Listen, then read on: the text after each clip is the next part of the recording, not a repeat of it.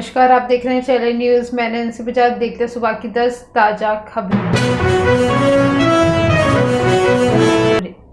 दिल्ली को 10 साल बाद मिली महिला मेयर। नगर निगम चुनाव के 80 दिन बाद दिल्ली को नया मेयर मिल गया है। आम आदमी पार्टी की शैली ओबरॉय को मेयर चुना गया।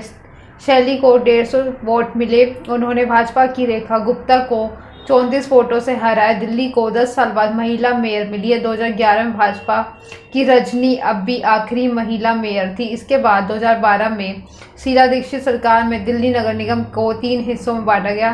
2022 में इन हिस्सों को मिलाकर फिर से एक कर दिया। इसके बाद पहला चुनाव था। दिल्ली में एमसीडी चुनाव 4 दिसंबर को हुए थे, जबकि इनका रिजल्ट 8 दिसंबर को आया था। चुनाव में 15 साल बाद भाजपा को एमसीडी में बहुमत नहीं मिला था। 250 सीट के सदन में मेयर बनने के लिए 138 वोट चाहिए थे। मेयर चुनाव में 241 पार्षद, 10 सांसद और 14 विधायकों ने वोट डाले। 9 कांग्रेस पार्षदों ने चुनाव में हिस्सा नहीं लिया। नगर निगम चुनाव के 80 दिन बाद दिल्ली को नया मेयर मिल गया है। आम आदमी पार्टी की शैली ओबरॉय को मेयर चुना गया है। शैली को 150 वोट मिले। उन्होंने भाजपा की रेखा गुप्ता को 34 वोटों से। ब्रिटेन की सुनक सरकार बोली, हम बीबीसी के साथ। दिल्ली और मुंबई में बीबीसी के ऑफिस में पड़ी रेड का मुद्दा अब ब्रिटेन की संसद में उठाया। ब्रिटिश हाउस ऑफ कॉमन के मेंबर जिम सेनेन ने सरकार के इस मामले में जवाब देने को कहा। इस पर सुनक सरकार के सांसद डेविड रटले ने कहा कि बीबीसी के लिए खड़े हैं। ब्रिटिश सांसद बीबीसी की फंडिंग करते और हम उसकी आज़ादी का सम्मान करते। ब्रिटिश में बीबीसी कंजर्वेटिव और लेबर दोनों पार्टियों का विरोध करती है। रटले ने कहा कि बीबीसी के पास बात कहने की आज़ादी है, जो हमारे हिसाब से बेहद ज़रूरी है। हम ये बात हमारे दोस्त भारत सरकार से भी कहना चाहेंगे। मीडिया की आज़ादी लोकतंत्र में बेहद ज़रूरी है। हालांकि उन्होंने रेड को लेकर कोई टिप्पणी नहीं की। भारत में अपने रिश्तों को जिक्र करते हुए रटले बोले, यूके और भारत के बीच गहरी दोस्ती है और काफ़ी मुद्दों के साथ ही इस पर भारत सरकार से बातचीत जारी है। ब्रिटिश सरकार के पूरी मामले में नज़र बनी हुई है। बीबीसी केवल अपने स्टाफ का समर्थन कर रही है और उनके लिए कॉन्सुलर समर्थन उपलब्ध है। कंजर्वेटिव पार्टी एमपी जूलियन लुइट्स ने कार्रवाई को बेहद चिंताजनक बताया। मंगलवार को ब्रिटेन को सांसदों ने निचले सदन में अर्जेंट क्वेश्चन जरिए ये मुद्दा उठाया गया। डिबेट के दौरान सांसद जिम सेनेन ने कहा कि भारत के लीडर के खिलाफ रिलीज हुई डॉक्यूमेंट्री को देखते हुए धमकाने की एक कोशिश भी। लेबर पार्टी के एक और सांसद फेबियन हैमिल्टन ने कहा कि बीबीसी पर कार्रवाई ब्रिटेन के लिए चिंता का विषय है और हम चाहते हैं इसके पीछे कोई भी वजह रही हो, इसे लेकर दोनों सरकारों में बातचीत की जानकारी दी जानी चाहिए।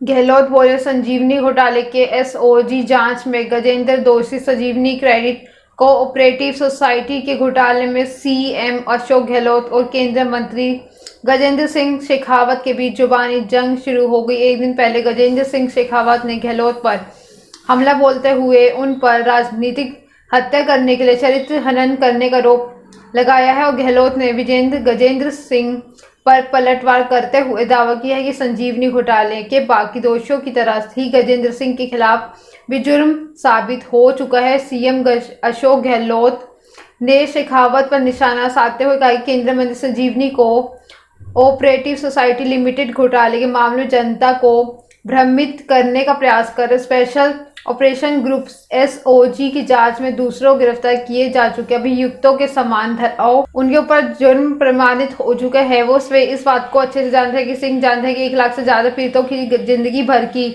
जमा पूंजी की करीब 900 करोड़ से ज़्यादा रकम संजीवनी सोसाइटी ने लूटा। गहलोत ने कहा कि इस मामले में प्रॉपर्टी अटैच करने का अधिकार एसओजी के पास ना होगा। प्रवर्तन निदेशालय ईडी के पास है। एसओजी पिछले 2 साल से ईडी में 5 बार संजीवनी सोसाइटी से जुड़े प्रॉपर्टी अटैच करने का आग्रह किया। इसके बावजूद देश भर में विपक्षी नेताओं के घर छापे मारने वाले ईडी ने अभी तक संजीवनी घोटाले आरोपियों की प्रॉपर्टी तक अटैच नहीं की है।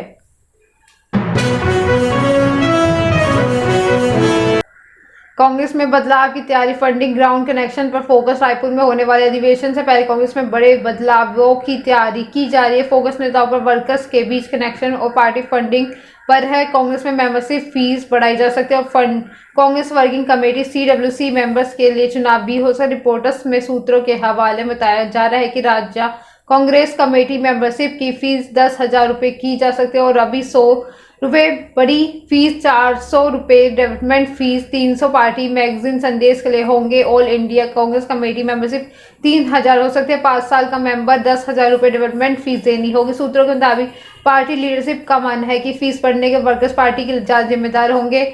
ऐसे वक्त में जब कांग्रेस फंड की समस्या में जूझ रही है और फीस बढ़ाने को मदद मिलेगी। CWC इलेक्शन हुए तो प्रक्रिया क्या होगी? राहुल प्रियंका और कोई असर पड़ेगा? CWC मेंबर चुनाव को प्रस्ताव रखे जाने की तैयारी पूरी।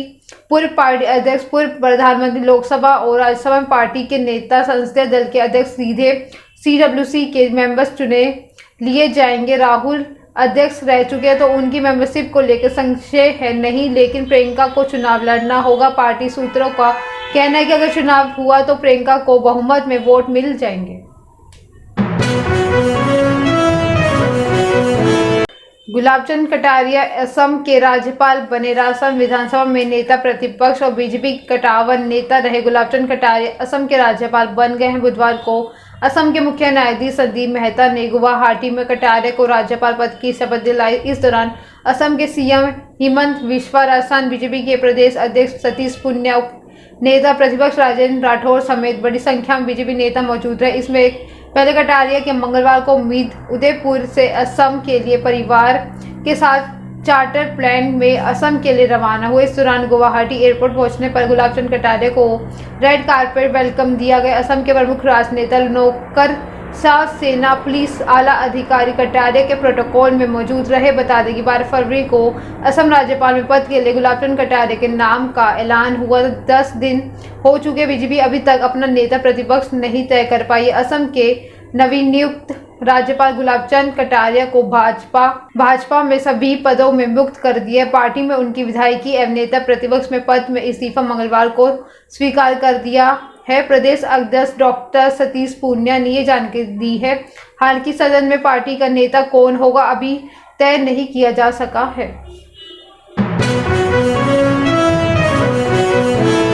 बाइडेन ने पुतिन से कहा, यूक्रेन कभी नहीं जीत पाओगे। अमेरिका के राष्ट्रपति जो बाइडेन यूक्रेन जंग पर रूस के राष्ट्रपति व्लादिमीर पुतिन ने बयानों को सख्त लहजे में जवाब दिया है। पोलैंड में मंगलवार देर रात बाइडेन ने कहा कि अमेरिका और नाटो यूक्रेन के साथ थे और रहेंगे। रूसी फोर्स को जुल्म किए, महिलाओं में रेप के हथियार की तरह इस्तेमाल किया। पुतिन याद रखें कि वो यूक्रेन को कभी भी जीत नहीं पाएंगे। बाइडेन यूक्रेन के अचानक दौरे के बाद मंगलवार को पोलैंड पहुंचे, यहाँ एक सभा को संबोधित किया। इसमें से मंगलवार को ही रूस के राष्ट्रपति व्लादिमीर पुतिन ने कहा कि रूस में शुरुआत में जंग को टालने के लिए तमाम डिप्लोमेटिक कोशिश की, लेकिन नाटो और अमेरिका में इन्हें कामयाब नहीं होने दिया।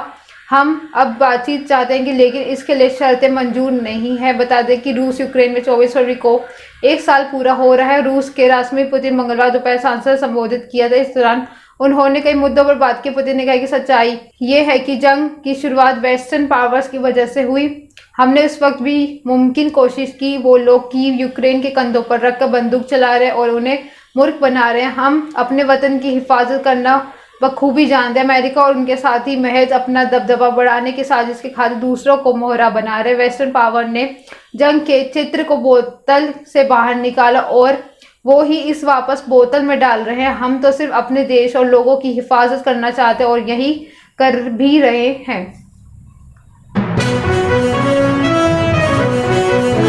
शिवसेना के नाम निशान पर सुप्रीम कोर्ट में सुनवाई। शिंदे गुट के शिवसेना का नाम निशान सौंपे जाने के खिलाफ उद्धव की याचिका पर सुप्रीम कोर्ट ने बुधवार को सुनवाई हुई है। सुप्रीम कोर्ट ने चुनाव आयोग के फैसले पर रोक नहीं लगाई। हालांकि उद्धव गुट और शिंदे खेमे को नोटिस जारी कर 2 हफ्ते में जवाब मांगा। CJI DY Chandrachud, justice PM Narasimha और जस्टिस JB पारदीवाली के बीच में कहा है कि शिंदे गुट ने चुनाव आयोग में सामने खुद को साबित किया और इसी स्थिति में अभी हम चुनाव आयोग के आदेश पर रोक नहीं लगा सकते। कोर्ट में कहा गया है कि उद्धव कैंप अभी मिले अस्थायी नाम चुनाव निशान का इस्तेमाल जारी रख सकता है। इस आदेश पर 26 फरवरी को होने वाले महाराष्ट्र विधानसभा उपचुनाव को देखते हुए दिए हैं और इस दौरान कोर्ट के शिंदे गुट ने कहा है कि अभी ऐसा कोई व्हिप नहीं जारी करेंगे जिसमें नाम मानने पर उद्धव समर्थक सांसद और विधायक अयोग्य हो जाएं। इस पर शिंदे गुट के वकील नीरज किशन कोल सहमति जताई। उद्धव गुट की ओर से पेश सीनियर एडवोकेट कपिल सिब्बल ने पैरवी की। उन्होंने बेंच में कहा है कि पार्टी कार्यालयों और बैंक खातों के शिंदे समूह द्वारा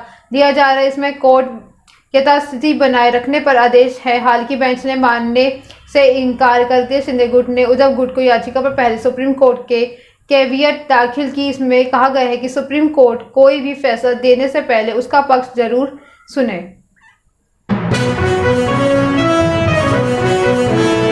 यूपी का सबसे बड़ा बजट 6,90,000 करोड़। योगी सरकार 2.0 अपना दूसरा बजट पेश कर दिया है। 2023-2024 का ये बजट 6,90,242 करोड़ 43 लाख रुपए है। पिछले साल से बजट 6.15 लाख करोड़ करीब 75,000 करोड़ रुपए अधिक का था। इस बजट में सुरक्षा व्यवस्था, रोजगार से जुड़ी ज्यादा योजनाएं हैं। सरकार ने बजट में हर जिले में एक मेडिकल कॉलेज खोलने को ऐलान किया। वित्त मंत्री सुरेश खन्ना ने बजट पेश किया।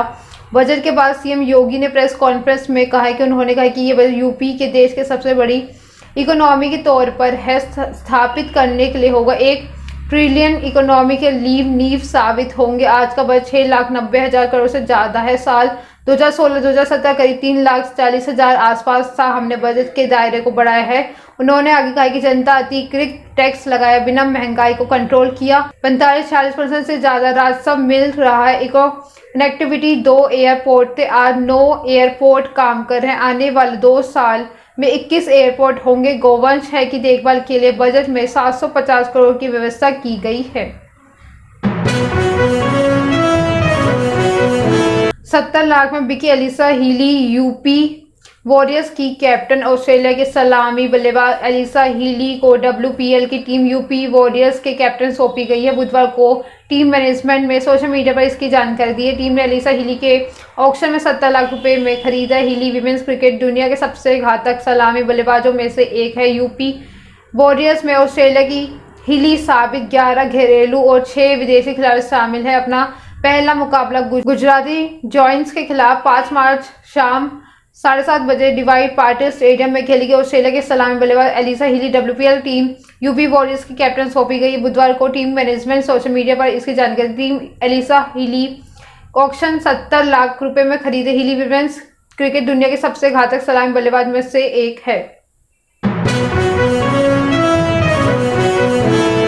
इसी के साथ सभी भाषाओं को मिलाकर पठान डोमेस्टिक बॉक्स ऑफिस पर 1516 करोड़ की कमाई की। पठान सबसे तेजी 500 करोड़ की कमाई करने वाली पहली हिंदी फिल्म बन गई है। इससे पहले 2016 में रिलीज हुई फिल्म दंगल डोमेस्टिक बॉक्स ऑफिस पर कलेक्शन 374 करोड़ था। हाल की दंगल का ये रिकॉर्ड पठान काफी पहले से तोड़ चुके। पठान में अपने पहले हफ्ते में 300 करोड़ का आंकड़ा पार कर लिया है। फिल्म का ओपनिंग कलेक्शन 318 करोड़ है। पहले KGF 2 के हिंदी वर्जन में पहले हफ्ते सबसे ज्यादा कमाई की थी। वहीं दूसरे नंबर पर बाहुबली 2 रही थी। ये तो सुबह की 10 ताजा खबरें। ऐसे अपडेट्स के लिए बने रहे हमारे साथ। हमारे चैनल को लाइक करें, कमेंट करें एंड सब्सक्राइब करना ना भूलें। धन्यवाद।